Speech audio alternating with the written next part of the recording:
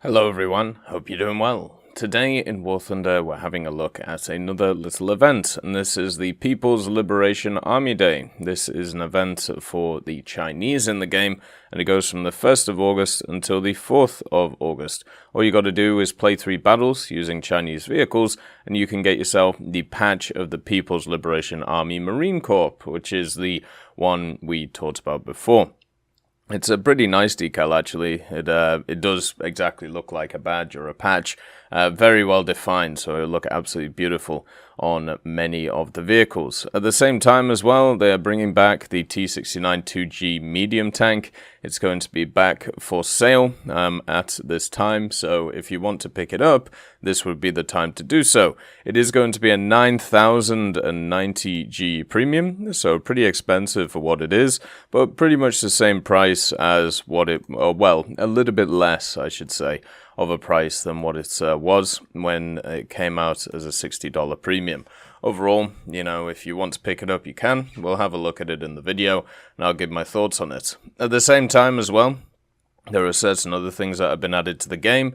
So the pages of history tasks for August have been added, and they'll be starting tomorrow. So you can get yourself the profile picture of Alexandra Samosenko. So the first one being, of course, Operation Polkovets Rumyantsev, and this one is mainly just mid-tier USSR and Germany, so that shouldn't be too hard to get. We also should have some news about the summer event pretty soon. I'll make sure to cover it on the channel, so we can have a look at all of that stuff again.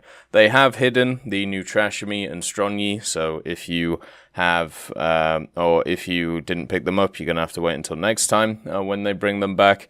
And they also changed a few things when it came to some radar stuff, which we'll talk about in the future. Anyway, let's have a look at the T69 2G.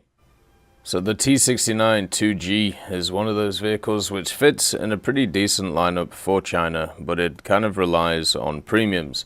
China has a very strong ATO, the Type 59 and Type 69, the WZ305, and also the PTL02, and the box if you're a masochist. The M41D should go down in BR. This thing is terrible, don't bother with this. But the PTL02 and the 2 MBTs and one of the best AAs at 8.0 make a fantastic lineup for that BR. At 8.3, it's a little bit more dodgy because you have the PG09, which isn't a bad SPAA, the CM25, which can have its moments, but generally is terrible, and then that's really about it until you have a look at the premiums. If you have the T62, then you've obviously already got a vehicle which can hold its own at 8.3. The WMA 301 is just an upgraded PTL02, and it's an incredibly good machine.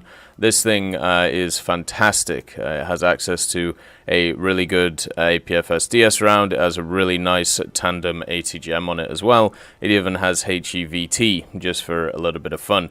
Has very good thermals on it as well. Has laser, has decent mobility. The only issue with it is armor and size.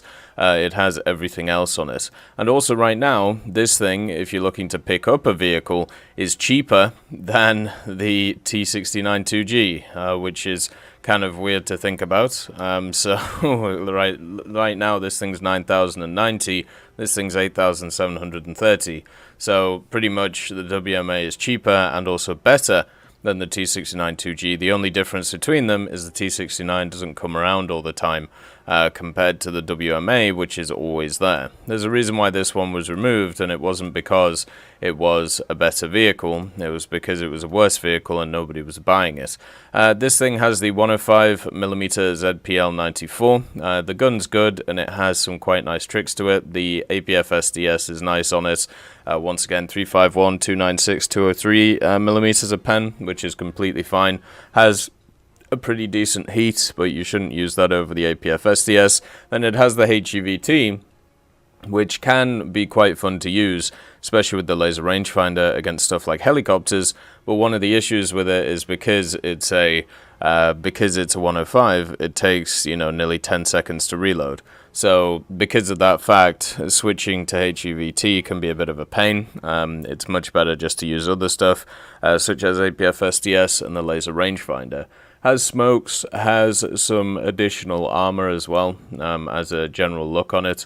So you can see the additional armor on the turret doesn't really do much, if I'm honest with you. Only stops a little bit of heat.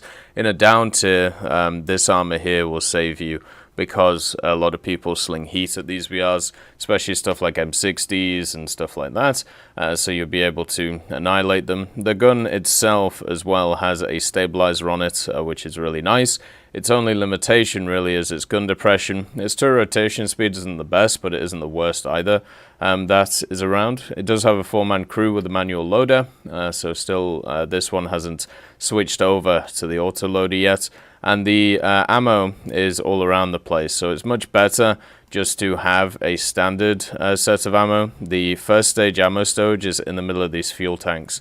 So it has 19 pieces of first stage ammo. You shouldn't really need any more than that. And it's protected by the ERA and then 2 fuel tanks. So if they can punch through that, then, you know, you're dead anyway when it comes to the vehicle. The kill shot on this is either through into the ammo, which can be a bit RNG, or it's shoot it right here. So you can hit the driver and then the commander and the gunner in a row here. So you can kill them all like this and take it out.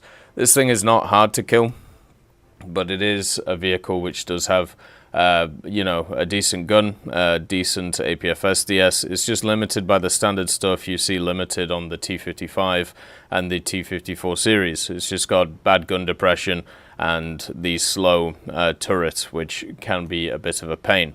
Does get access to a Dishka though, as well, which is quite nice, and also at the same time does get access to a lot of extra additional little pieces of armor, which is alright, but at the same time, as I've said, I think it would be much better just to run the WMA 301 if you're looking to purchase a vehicle for the Chinese. They're both ranked 4. You know, this is 642% and 390. This is 678% and 450. So this one technically makes a bit more SL and RP, but those can change going forward. And at 8.3, the WMA is going to be a lot more useful on most maps. The only ones it's going to struggle on is snow maps, where the T69 will be better because of its mobility.